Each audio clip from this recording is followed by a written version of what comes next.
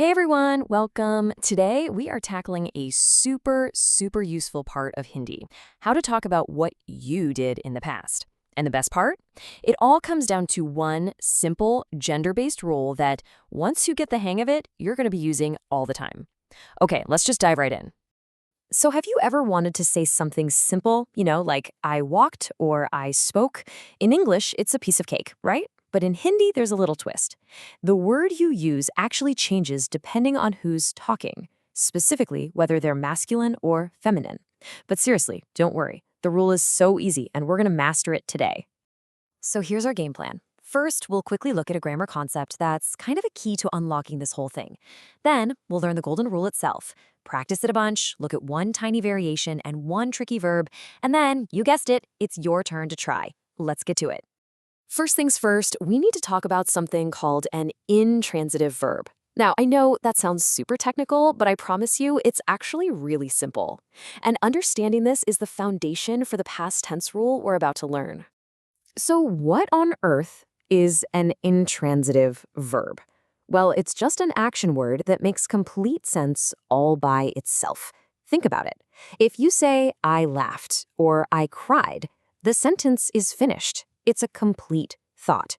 You don't need to add anything else for it to make sense because the action doesn't really go anywhere. Okay, check this out. Look at the column on the left. With those verbs, the sentence feels kind of incomplete, right? I wrote what? A poem. I brought what? Food. Now look at the right side. You can't ask what after these. I laughed. What? It just doesn't work. These are our intransitive verbs, and they're what we're focusing on. All right, now that we've got that down, we can get to the main event.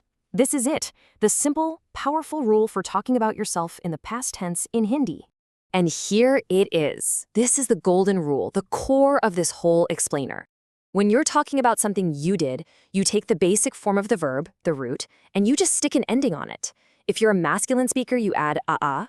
If you're a feminine speaker, you add eh. That's it. So simple, right? Let's see how it works. Okay, time to put this into practice. To make it clear, we'll use our two example speakers, Rahul and Seema, and see how this rule applies to some really common verbs. Our first verb is to wake up, which is jagna. The root of the verb is jog. So following our rule, Rahul, our masculine speaker, adds a to say main jaga, I woke up. And Seema, our feminine speaker, adds e and says main jagi. See? It's a really clear, simple pattern. Now, it really helps to say these things out loud. It kind of locks them into your brain.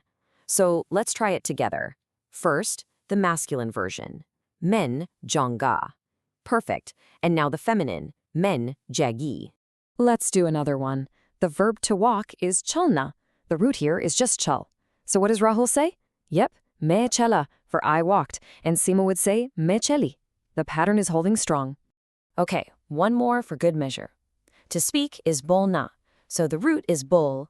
Rahul says mea bola, and Seema says me bule. The rule is so consistent. You just figure out your gender, grab that verb root, and tack on either a or e. Okay, you're doing awesome. You've totally got the main rule down. Now let's look at one tiny little twist. This only happens with a specific kind of verb, and knowing about it will help you avoid a really common mistake. So here's the deal. For some verbs where the root is basically just a single vowel sound, like in ana, to come, or sona, to sleep, the masculine form gets a little helper sound. Instead of just adding a, we add ya. Now for feminine speakers, good news, nothing changes. You just stick with the same old e. Let's use the verb to come, ana. The root is just that, a. So for our guy Rahul, we add that helper sound, making it me aya, for I came. But for Anna, our feminine speaker, the rule is exactly the same as before. She just says, me ai. This one feels a little bit different in your mouth, so let's practice it. Let's try the masculine form first. Me aya. Awesome. And now the feminine form. Me ai. Perfect. Let's try this one more time with to sleep, which is sona. The root is so. Our masculine speaker, David, would say me soya. See that ya? And our feminine speaker, Seema, she sticks to the original rule and says me soy. This is a great example where you can really hear that difference. You are doing so well. We've got the main rule and that minor twist under our belts. Now, there is just one super common verb that likes to break all the rules. But once you memorize it, you're totally golden. Okay, just a quick heads up here. The verb to go, jana, is a total rebel. It's completely irregular in this past tense form. It does not follow the a or e pattern in any way. You just gotta learn this one by heart. So for I went, Rahul would not say ja or anything like that. He says me gaya. And Seema doesn't say ja yi, she says me gayi. There's no real logic here compared to the others. This is just pure memorization. And since you're going to say I went all the time, this one is absolutely crucial. So let's lock it in. Say it with me. For masculine speakers, me gaya. And for feminine speakers, me gayi. Excellent. All right, the moment of truth. Let's put it all together.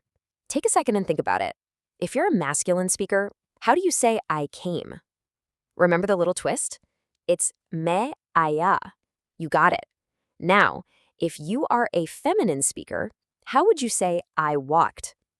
That's a regular one, so it's me chali. Fantastic work. You totally nailed it. Subscribe for more and follow me on Instagram, link in the description. And if you want to learn Hindi one-on-one with me, message me on Instagram or email me.